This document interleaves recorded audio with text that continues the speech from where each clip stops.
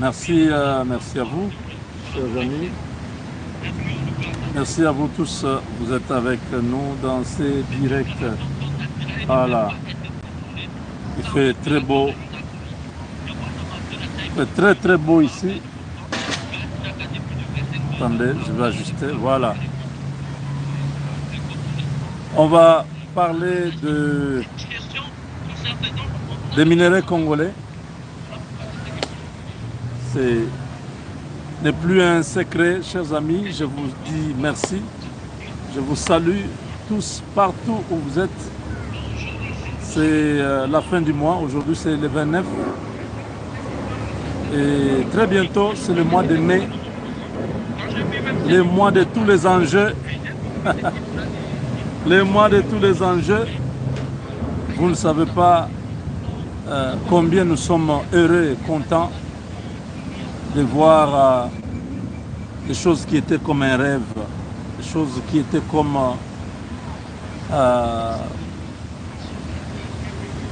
juste les spéculations des gens. Aujourd'hui, c'est une réalité. Les Américains sont chez nous. Les Américains acceptent de travailler avec la RDC. C'est la chose que Félix Tshisekedi a rendu possible. Félix Tshisekedi a travaillé pour que les investisseurs ne passent plus chez les voisins, mais que les investisseurs viennent par la grande porte en RDC. Je ne sais pas si vous comprenez. On a fait 30 ans. Quand Mouzé venait avec la rébellion, il y a des vidéos qui existent où on montre comment les Américains signaient des contrats pour exploiter les minéraux de la RDC. Mouzé prend le pouvoir, ces mêmes Américains-là refusent d'être avec Mouzé, vont au Rwanda. Tout a commencé là-bas. Mouzé se retrouve seul, obligé de pouvoir tourner ses regards vers les Nord-Coréens, les Chinois et les autres. Mouzé va être assassiné. Joseph Kabila arrive. Ces gens-là continuent à travailler avec Kagame. Pas des investisseurs crédibles, clairs, sérieux chez nous. On n'a pas eu. Pendant tout le temps que Kabila était au pouvoir, on n'a pas eu des entreprises, on peut dire, minières ou des entreprises américaines qui se sont engagées en RDC pour travailler avec nous de manière directe comme ça. Il y avait seulement Tenke Fungurume qui était là depuis longtemps, depuis l'époque de Mobutu. L'entreprise américaine là travaillait dans les minéraux. Mais quand les deux Kabila sont arrivés, cette entreprise était obligée de quitter, de rentrer aux États-Unis. Depuis lors, on n'a pas eu de gens sérieux. C'est maintenant que beaucoup d'investisseurs sont annoncés. C'est maintenant que la liste s'allonge. Vous avez même vu les Belges. C'est qui? Le ministre des Affaires étrangères qui est venu là. Et les autres qui vont continuer à venir. Ils sont en train de venir pour s'assurer que tout va bien et que la RDC ne va pas oublier que lorsqu'ils avaient besoin de soutien, la Belgique avait porté sa voix très haut. Tout le monde veut se positionner parce que les investissements américains vont aller jusqu'à presque 90%. Ouais. les minéraux congolais seront vraiment en grande partie contrôlés par les États-Unis. Parce que tous les systèmes qu'ils vont placer dans le pays, ce sera difficile que l'exploitation traditionnelle continue. L'exploitation traditionnelle nous a ruinés, nous avons perdu. Ça a été à l'avantage de ceux qui exploitent chez nous. Ils amenaient tous les minéraux. Mais avec l'accord qui va être signé par le président Tshisekedi, la RDC a demandé que tout le processus de transformation des minéraux soit au Congo. Pourquoi? C'est pour créer une chaîne de valeur. Donc c'est pour qu'il y ait une valeur ajoutée à nos minéraux. Que nos minéraux ne sortent pas tels qu'ils sont exploités dans le sol. La chaîne de valeur va créer des entreprises. Et ces entreprises vont engager les Congolais et d'autres personnes. Ce qui fait que maintenant, c'est une course. L'Amérique est en train de sécuriser la RDC par la fin de la guerre à l'Est. Vous qui continuez à parler de la guerre à l'Est, vous êtes nés, je sais pas comment je peux vous qualifier, mais c'est pas normal. Vous voyez ce qui se passe aux États-Unis, mais vous continuez quand même à vous obstiner, à raconter des choses. Certains passent même dans les chaînes de télévision pour raconter leur vie. Et l'accord de principe. Et on a arraché à la RDC les monopoles. Le Congo n'aura plus les droits sur certaines choses parce qu'il y aura cogestion. Quelle cogestion? La cogestion transfrontalière a toujours existé entre les pays qui sont à l'est là-bas, entre le Burundi, le Rwanda et la RDC. On partage les mêmes barrages hydroélectriques de Ruzizi. Ruzizi 1, 2 et même le 3 qui vient. C'est un projet de CPGL. C'est entre la RDC, le Burundi et le Rwanda. Ce n'est pas une histoire d'aujourd'hui. Ne commencez pas à inventer des choses pour empoisonner la conscience des Congolais. Vous mentez, vous savez très bien qu'on n'a rien inventé. La centrale là de Ruzizi a toujours donné le courant au Burundi, au Rwanda et en RDC. C'est une exploitation commune, non? Quand on dit exploitation commune et cogestion, c'est différent. Regardez comment vous êtes seulement mal intentionné. Votre haine va vous tuer. La RDC est en train de gagner. Félix Tshisekedi vient de le dire aujourd'hui.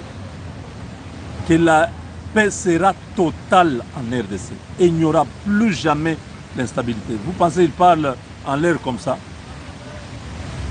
Les partenaires que nous avons, ce n'est pas un petit partenaire, c'est la première puissance, superpuissance mondiale. Les Américains sont avec nous, ce n'est pas pour 5 ans, ce n'est pas pour 50 ans, c'est pour beaucoup d'années à venir. Vous comprenez? Vous commencez à tordre le sens de l'accord de principe. Oh non, voilà, maintenant, la RDC n'a plus la souveraineté. La souveraineté, c'est seulement sur le papier, mais en réalité, cette histoire, c'est les Rwandais qui gagnent. Comment vous, dans tout, vous voyez toujours que c'est les Rwandais qui gagnent? Comme si nos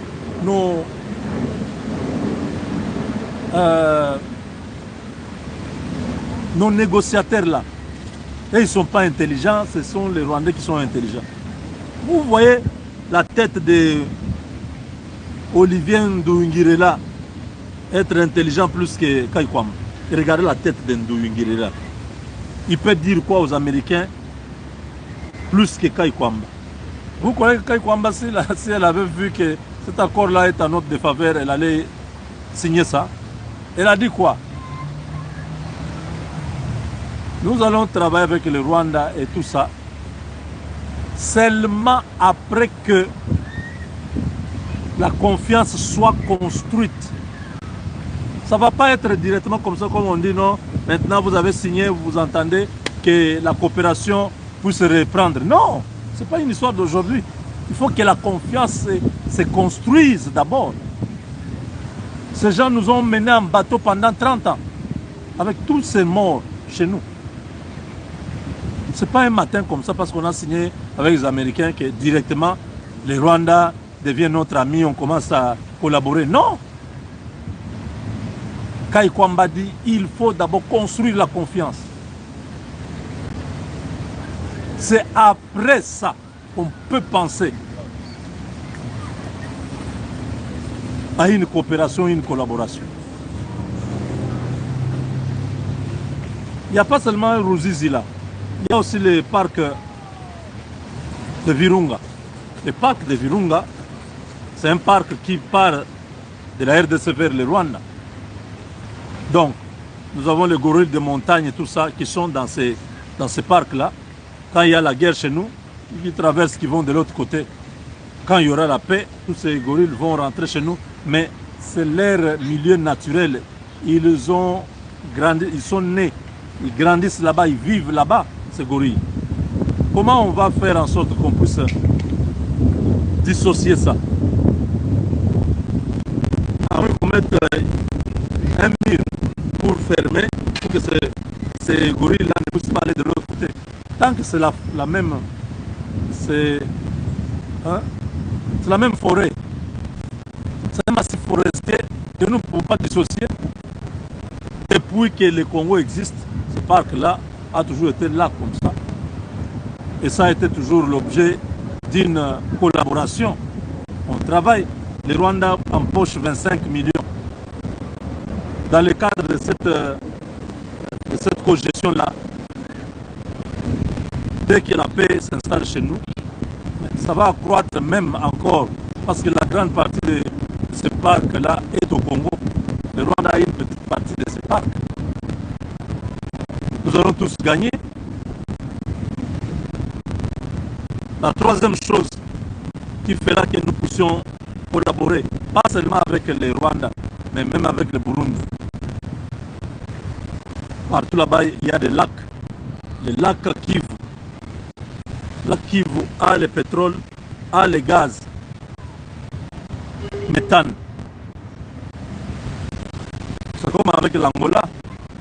Dans les eaux territoriales, nous avons la même cuve. Hein, les bassins là où il y a le pétrole. On ne peut pas dissocier. C'est là. Les deux pays puisent là-bas. Chacun de son côté doit installer les machines pour prendre sa part. Et ça doit être convenu. On regarde, le lac est là, au milieu du lac, ces produits-là sont enfouis dans le sous-sol. Ce n'est pas aujourd'hui, ça existe, on n'a jamais exploité. Maintenant, dans le cadre de la coopération régionale, nous allons travailler ensemble. Nous, ce que nous voulons nous assurer, c'est que dans tout ça, Kagame ne sera plus là. Soyez calme. Je suis en train de vous le dire, retenez ce que je dis. Les Américains, je ne veux pas trop dire, mais Kagame ne sera plus là. On va avoir un partenariat qui garantit l'investissement de tout celui qui viendra au Congo. Si les Belges sont intéressés, les Anglais sont en train d'arriver, les Canadiens vont être là, les Allemands seront là. Eux tous sont avec les Américains. Parce que dès que l'Amérique s'installe, la paix sera là. La corruption et tous les autres vices qui gangrènent notre gestion là va être anéanti. Ça va permettre à ce que tous ces investisseurs puissent venir. Ils sont nombreux. C'est tout aux États-Unis. On apprend tous les jours ici. les gens qui nous appellent, ils disent ah, on entend vraiment la signature, on entend la signature. Nous serons là, nous viendrons tous. Nous, on attend. Je sais que vous allez nous voir au Congo avec ces gens-là. Même pas au début, mais dès que l'opération est lancée, nous allons accompagner beaucoup d'investissements en RDC. Parce qu'entre moi et un Congolais, un Américain me ferait moins confiance qu'un Congolais. Parce que moi, je parlerai avec lui les mêmes langages, on est dans la même logique, on connaît comment les choses fonctionnent. Il va me faire plus confiance qu'un gars qui est au Congo. Quand nous arriverons là-bas, c'est nous qui allons guider, orienter ces gens-là pour dire voilà, ici il y a tel coin, allons un peu visiter telle place. On nous a dit qu'il y a tel minerai. On va faire passer les drones géologiques qui vont scanner les périmètres pour nous dire effectivement ce qui est dans les sous-sols. Ça, c'est un travail qui va se faire. Les ingénieurs, beaucoup de gens viendront. S'il vous plaît, vous qui avez l'argent, commencez à construire des hôtels de meilleure qualité. Hein? Faites-nous des choses comme ça, regardez. Vous voyez ça? Faites-nous un peu de choses comme ça. Des choses bien là. Hein? Quand vous faites des choses comme ça, oui, même 10 à Kinshasa là, déjà ça va. Les hôtels qui peuvent avoir 1000 chambres, s'il y en a 10, donc, comme ça que vous voyez derrière là, vous voyez? Ouais. Si on a des hôtels comme ça, même 10, qui ont 1000 chambres chacun, c'est déjà un bon départ. On ne peut pas tout faire au même moment. Mais maintenant là, ils ne sont pas encore là. Si vous commencez la construction maintenant, ou d'ici 2 mois, vous commencez la construction, ça peut prendre une année pour terminer un truc comme ça de 20, 30 niveaux, 40 niveaux. Dans une année et demie, les techniques chinoises et turques, ça peut nous permettre d'aller très vite. Ouais, c'est très important. Commencez à nous proposer déjà ce genre de construction parce qu'ils seront là, ils seront nombreux. Nous ne voulons pas qu'ils commencent à vous dire bon voilà, on vient seulement pour 2 jours parce qu'il n'y a pas un endroit où dormir. Non. Vous les hommes d'affaires congolais, si vous voulez faire l'argent, investissez dans l'immobilier, construisez des hôtels. Ne construisez pas avec vos amis là qui vous disent non, c'est un ingénieur. Non. Allez au Nigeria. Allez en Turquie. Prenez des entreprises qui ont du matériel. Pas nos ingénieurs qui sont là. Ils ont étudié, ils ont beaucoup de théories, mais ils n'ont pas du matériel capable de pouvoir faire monter les grilles jusqu'en haut là-bas. Regardez. Hein? Leurs grilles là, aller jusqu'en haut là-bas. Ils n'en ont pas. Ils vont commencer à fabriquer, ils vont commencer à louer des histoires. Ça va créer trop de problèmes. Et finalement, l'édifice ne sera pas de bonne qualité. Cherchez des entreprises qui sont en train de construire, qui sont des entreprises de construction au niveau international. Pour qu'ils vous construisent aussi des immeubles au standard international. Nos ingénieurs là, ils ont besoin de travailler ensemble pendant un temps avec les grandes entreprises qui viennent de l'extérieur, des États-Unis, de la Turquie, je ne sais pas, de la Chine, oui, de l'Afrique du Sud. Ils doivent travailler ensemble. Aux États-Unis, pour qu'on vous donne un certificat que maintenant vous êtes qualifié à faire telle chose, vous devez travailler, prouver et passer à un test. Dès que vous passez le tout, à ce moment-là, on vous remet, c'est que vous êtes maintenant homologué, vous avez la capacité de pouvoir faire un immeuble comme ce que je viens de vous montrer là. Mais dans le cas contraire, c'est pas que je sous-estime mes frères ingénieurs congolais, je dis qu'ils n'ont pas assez d'outils pour produire le travail de qualité.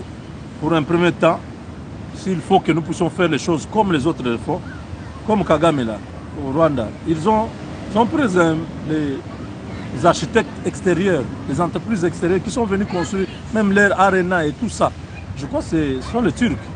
Oui, il ne faut pas bricoler les choses, il faut faire les choses comme ça se fait partout. Comme ça, on s'accommode. Progressivement, nos ingénieurs là vont commencer aussi à voir comment ça se passe. Ils vont travailler avec tous ces gens et ils vont commencer à travailler et produire un travail peut-être d'ici 15-20 ans.